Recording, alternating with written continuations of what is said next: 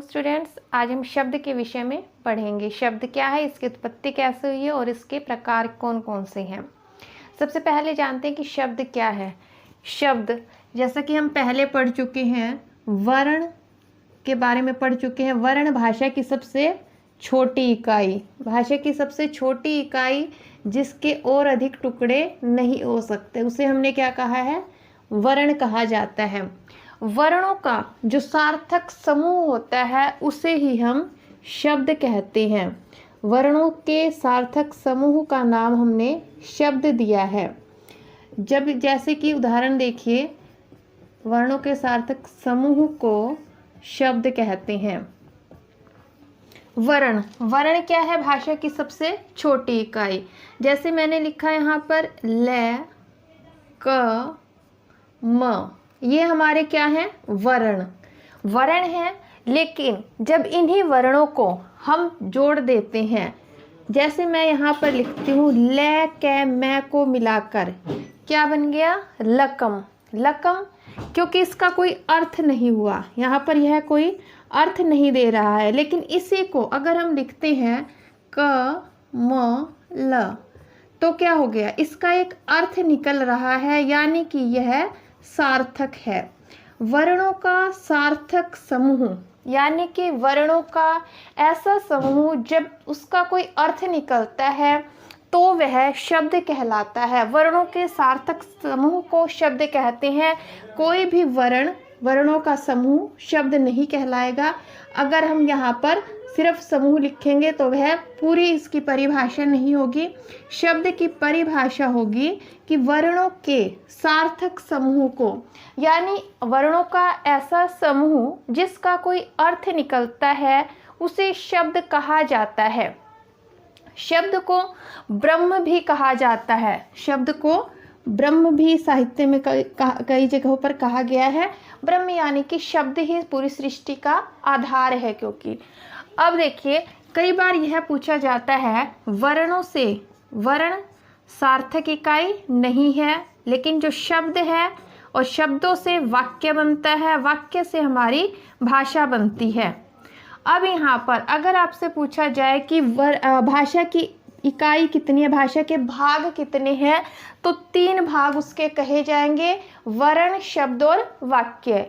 लेकिन जब वर्णों के ये कहा जाए कि सार्थक इकाई कितनी है, तो वर्ण कोई सार्थक नहीं होता है। खाली वर्ण हम ई लिख देते हैं तो इसका कोई अर्थ नहीं होता है।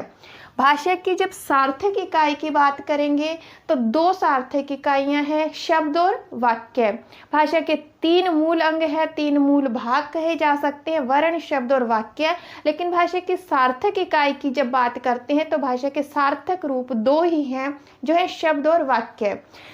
अब इतना समझ में आया तो ये देखिए, वर्णों से हमारे शब्द बनते हैं, शब्दों से हमारे वाक्य बनते हैं और वाक्य से हमारी भाषा का निर्माण होता है। अब इसके पश्चात देखिए, हम अब करेंगे कि वर्ण शब्द के जो भेद कौन कौन से हैं, किस किस आधार पर शब्दों को अलग अलग भेदों में बांटा जा सकता है। सबसे पहले हमारा है स्रोत के आधार पर।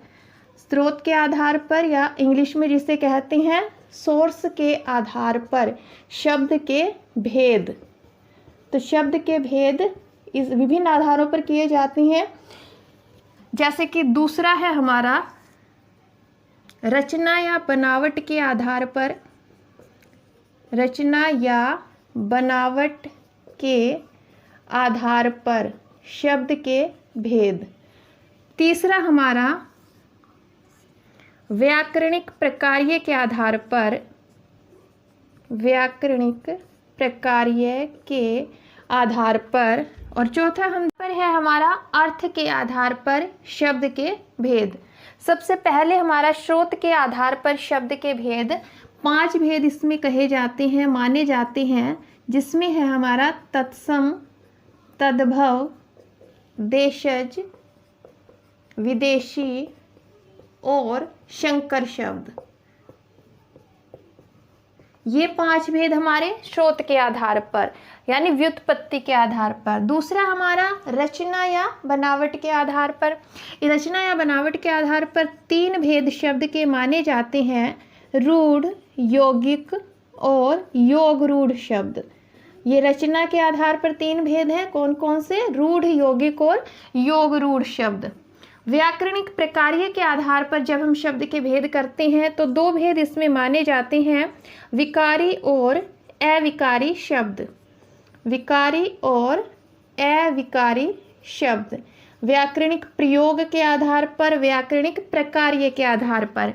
अर्थ के आधार पर शब्द के 2 भेद हैं, सार्थक यानी कि सार्थक शब्द जिनका कोई अर्थ निकलता है, और दूसरा है निरर्थक शब्द। निरर्थक वे शब्द जिनका कोई अर्थ नहीं निकलता है।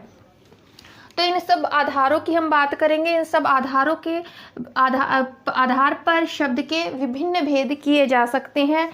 सबसे पहला हम देखते हैं स्रोत के आधार पर यानी सोर्स के आधार पर कौन कौन से शब्द के भेद हैं। ये हम बाद में पढ़ेंगे। रचना या बनावट के आधार पर, व्याकरणिक प्रकार्य और अर्थ के आधार पर ये शब्द के भेद हमने बाद में करने हैं। सबसे पहले देखिए तत्सम शब्द। तत्सम शब्द कौन से शब्द होते हैं? तत्सम, तत्सम शब्द का अर्थ देख लीजिए, तत् प्लस सम। तत् यानी कि उसके, सम यानी कि समान। जो हिंदी भाषा है वह संस्कृत से उत्पन्न हुई है। इतना आप सभी को पता है कि संस्कृत भाषा देववाणी भी जिसे कहा जाता है, हिंदी भाषा की जननी जिसे कहा जाता है। संस्कृत वेदों की भाषा है। संस्कृत भाषा से हिंदी की उत्पत्ति हुई है। संस्कृत वेदों की भाषा थी यानी कि सबसे पहले संस्कृत से वैदिक भाषा का निर्माण हुआ। वैदिक भाषा के पश्चात लौकिक भाषा का निर्माण हुआ। जैसे कहा जाता है कि कोस कोस पर बदले वाणी, कोस कोस पर बदले पानी, 4 कोस पर वाणी, यानी कि थोड़ी थोड़ी दूरी पर, 1 कोस की दूरी पर पानी का स्वाद बदल जाता। उसी प्रकार 4 कोस की दूरी पर भाषा का रूप परिवर्तित हो जाता है। भाषा परिवर्तनशील है और इसी परिवर्तन का ये उदाहरण हम देख रहे हैं कि किस प्रकार संस्कृत से हिंदी भाषा का जन्म हुआ है। संस्कृत से वैदिक भाषा, वैदिक से लौकिक, लौकिक से प्राकृत भाषा का, प्राकृत या पाली भाषा का जन्म हुआ है। प्राकृत या पाली भाषा, उसके पश्चात अपभ्रंश, इसके पश्चात रूप बदलते हुए शौरसेनी और उसके पश्चात हिंदी भाषा जो अब हम प्रयोग कर रहे हैं। तो इस प्रकार से विभिन्न चरण हुए हैं। विभिन्न इन चरणों से गुजरकर जो हमारी आधुनिक हिंदी है वो कही जा सकती है कि बनी है।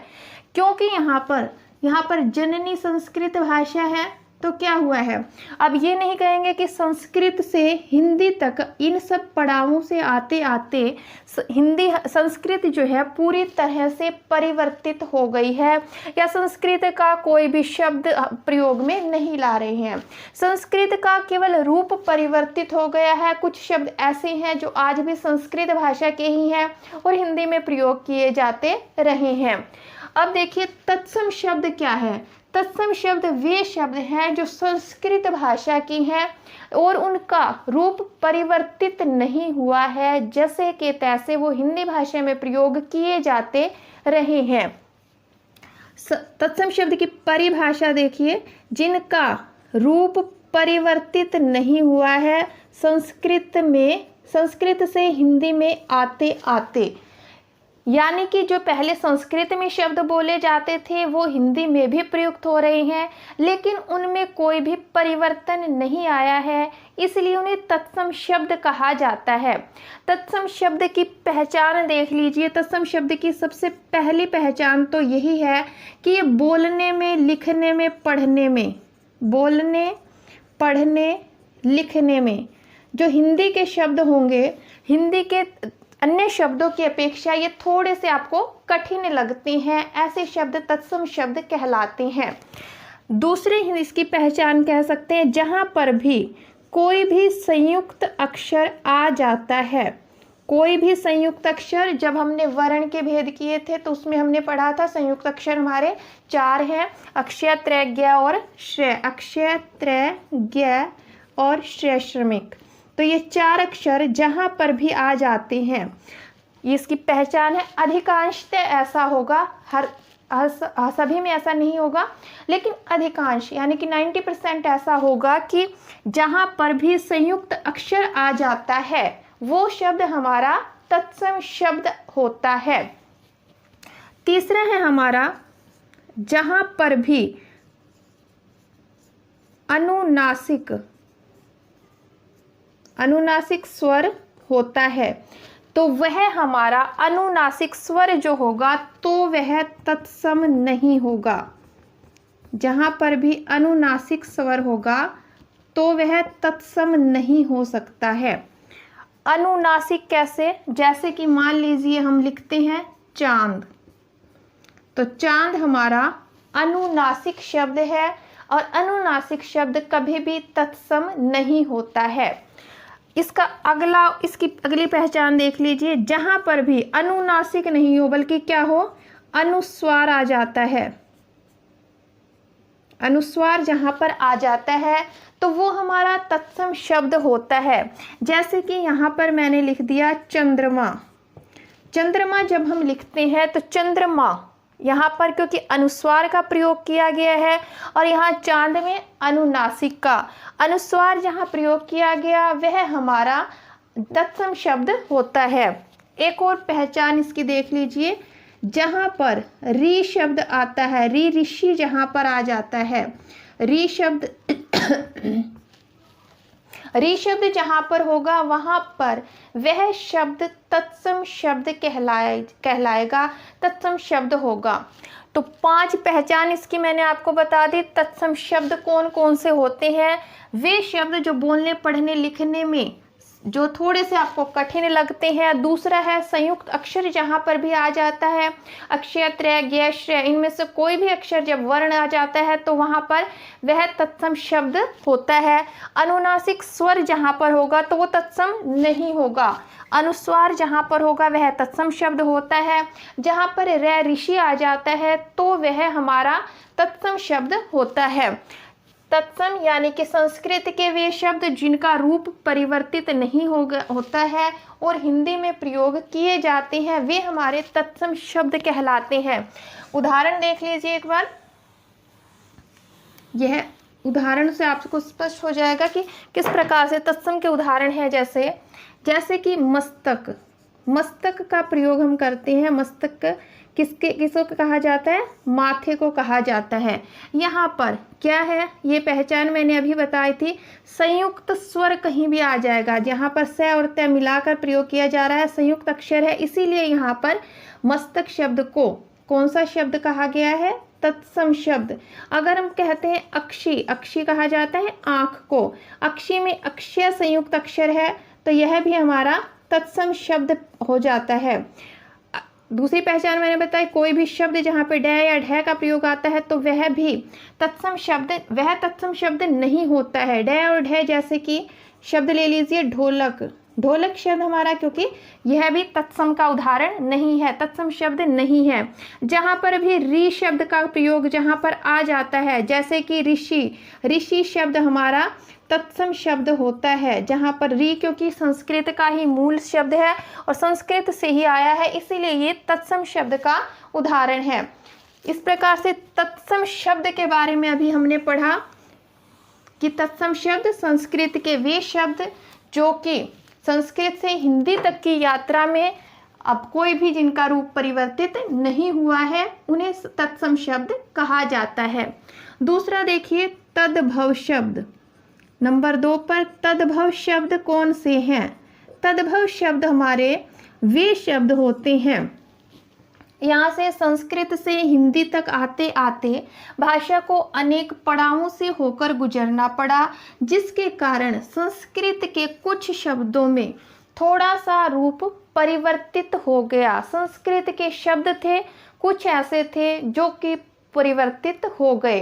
तो वे शब्द जो कि संस्कृत से रूप बदलकर हिंदी में आ गए हैं और हिंदी में प्रयोग किए जाते हैं, इसकी परिभाषा होगी कि वे शब्द जो हैं तो संस्कृत के, जो संस्कृत भाषा से आए हैं, संस्कृत से हिंदी में आते आते जिनका रूप परिवर्तित हो गया है, रूप बदल गया है, परिवर्तित हो गया है, ऐसे शब्दों को तद्भव शब्द कहा जाता है। तद यानी कि उस जैसा, भव यानी कि हो जाना, बदल गए हैं क्योंकि ये शब्द संस्कृत से हिंदी में आते आते, इसलिए इन्हें तद्भव शब्द कहा जाता है।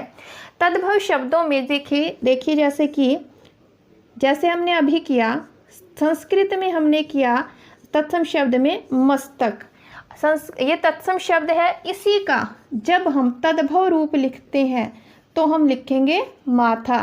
उसी तरह से तत्सम शब्द था हमारा अक्षी, और जब हम इसका तद्भव रूप लिखते हैं तो यहाँ पर लिखेंगे हम आँख। तत्सम का शब्द है कोकिल, और इसी का तद्भव रूप देखिए, कोकिल का अर्थ होता है कोयल। एक और देखिए पत्र, पत्र संस्कृत का शब्द है, तत्सम शब्द है, ये हम प्रयोग करते हैं पत्र, लेकिन इसी को हम जब हिंदी में प्रयोग करेंगे तद्भव रूप इसका हो जाएगा चिट्ठी या संदेश। यानी कि वे शब्द जो संस्कृत से आए हैं, हिंदी में प्रयुक्त होते हैं, लेकिन उनका रूप थोड़ा सा परिवर्तित हो गया है, उन शब्दों को हम तद्भव शब्द कहते हैं। इसके पश्चात तीसरा हम भेद कर रहे हैं इसका। अभी हम स्रोत के आधार पर शब्द के भेद पढ़ रहे हैं। तत्सम शब्द यानी कि संस्कृत के शब्द हिंदी में आ गए हैं, उनका रूप परिवर्तित नहीं हुआ है, बल्कि रूप परिवर्तित नहीं हुआ, ऐसे के ऐसे ही वो हिंदी में प्रयोग होते हैं, उन्हें तत्सम शब्द कहते हैं। तद्भव संस्कृत से हिंदी की यात्रा में कुछ रूप परिवर्तित हो गया जिन शब्दों का, ऐसे शब्द तद्भव शब्द कहलाते हैं। तीसरा हमारा आ जाता है देशज शब्द। देशज, देशज का क्या अर्थ हुआ? देशज शब्द बना है देश प्लस जैसे, यानी कि देश में उत्पन्न हुआ, यानी कि जो क्षेत्रीय भाषा के शब्द आ जाते हैं, सामान्य बोलचाल के शब्द आ जाते हैं, ऐसे शब्द प्राचीन संस्कृत में, वैदिक, लौकिक, प्राकृत, अपभ्रंश में, ये इन सब में कहीं भी नहीं मिल सकते हैं, या मिलेंगे तो किसी क्षेत्र विशेष में वो प्रयोग किए जाते हैं। ऐसे शब्दों को आप देशज शब्द कहा जाता है। इनकी उत्पत्ति ही इस तरह से होती है कि भाषा का जो है सरलता से प्रयोग करने के लिए इनका प्रयोग किया जाता है।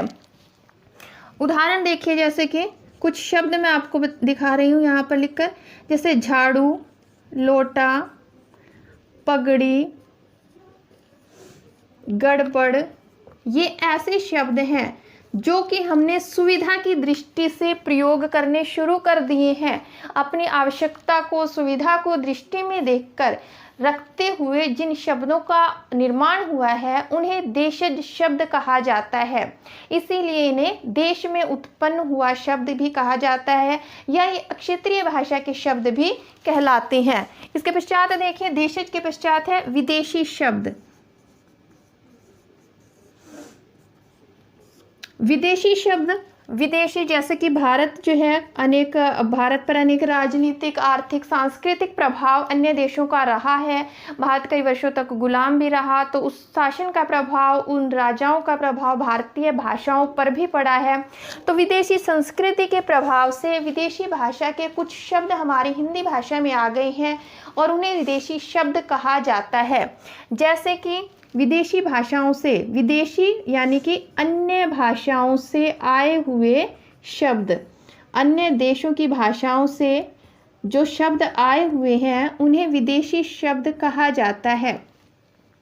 विदेशी शब्दों में जैसे कि किसी भी अन्य भाषा का उदाहरण देख लीजिए, जैसे कि हम प्रयोग करते हैं ट्रेन, कैंची, ये हिंदी भाषा के शब्द नहीं है, जबकि ये हिंदी में प्रयुक्त हो रहे हैं। ट्रेन, कैंची, जैसे हिंदी शब्द ले लेते हैं। हिंदी शब्द जो है, हिंदी भी हिंदी भाषा का शब्द नहीं है, फारसी भाषा से हिंदी में आया है। तो ऐसे शब्द जो कि दूसरी भाषाओं से आए हैं, अन्य देशों से हिंदी भाषा में आ गए हैं, ऐसे शब्दों को विदेशी शब्द कहा जाता है। अगला हमारा पॉइंट देखिए, संकर शब्द। संकर, संकर होता है दो भाषाओं से मिलकर बना हुआ शब्द। दो भाषाओं से मिलकर बना शब्द। अब यहाँ पर संकर शब्द में क्या होगा, कोई भी एक भाषा का शब्द नहीं है, बल्कि दूसरी भाषा के साथ वह शब्द मिलकर वह शब्द बनता है, तो हम उसे संकर शब्द कहते हैं। संकर शब्द कैसे, जैसे कि वर्ष। वर्ष है एक संस्कृत का शब्द है जिसका अर्थ होता है साल, और यहाँ पर हमने एक शब्द प्रयोग किया गांठ। जो गांठ शब्द है वह हिंदी भाषा का है, तो यहाँ पर शब्द बन गया वर्ष गांठ। यानी कि दो भाषाओं के शब्द यहाँ पर मिश्रित हो गए हैं, संस्कृत और हिंदी भाषा के। इसलिए यहाँ पर संस्कृत और हिंदी यानी कि दो भाषाओं के जब मिलकर शब्द कोई बन जाता है तो वह विदेशी शब्द संकर शब्द कहलाता है। यानी कि कोई भी दो भाषाओं के शब्द यहाँ पर मिल सकते हैं, हिंदी उर्दू, हिंदी फारसी, अंग्रेजी हिंदी के बहुत सारे शब्द आपको ऐसे मिल जाएंगे जो कि हिंदी भाषा में प्रयोग किए जाते हैं। तो इस प्रकार आज हमने तत्सम, तद्भव, देशज और विदेशी शब्दों के विषय में जाना।